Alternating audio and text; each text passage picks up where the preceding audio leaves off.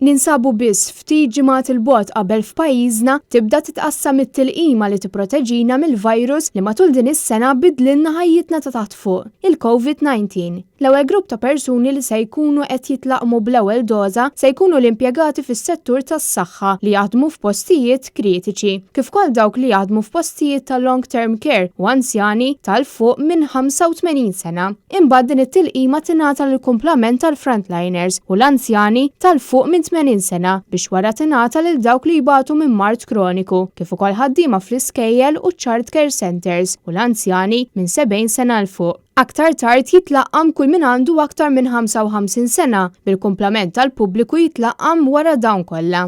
Waslet biex tibda sena ġdida, sena li qed tagħti tama hekk kif qed nistennew li tasal it-tilqima. Ejjew naraw n-nies jaħsbu dwarha. Kif tasal it-tilqima se tkun qed toħodha tal-COVID? Għadda suppostu. Qed tkun qed jieħdu l-vaċċin tal-COVID? Mela, biex bil-forzi jew. Għalissa le, rrid naqra kif jiżvolġi ma' żmien. I'm not sure. Tkun qed jieħdu l-vaċċin tal-COVID? Nieħdu, għaxin anzjana. Iva nieħdu ta'. Iva, mela le? Ma nafx, nistenna nara kif imorru l-affarijiet l-ewwel. Ma naħsibx ta'. L-ewwel ħanara kif jaħdem. Għax ma bit. Ma naraw. Jieħdu l-vaċċin tal-COVID? Definitely le.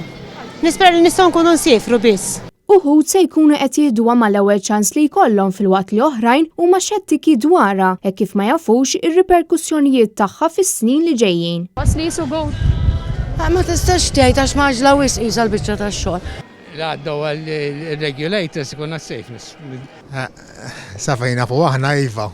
Għaddi ma nafx ejjin, imma naħduh, ejla jaħduh kulħadd. La jieħdu kulħadd naħseb aħjar ikun protetta, ma jaqbadni mbagħad ma jkunx fuq il-kuxjenza. Diffiċli bħalissa min jgħidlek u min jgħidlek imma naħseb nieħduha ta'. Laqwa li jieħdu għal oħrajn qabilna, ħanaraw kif imorru. Nassumi li ħadkun hemm biżejjed riċerka. So nistennew nara.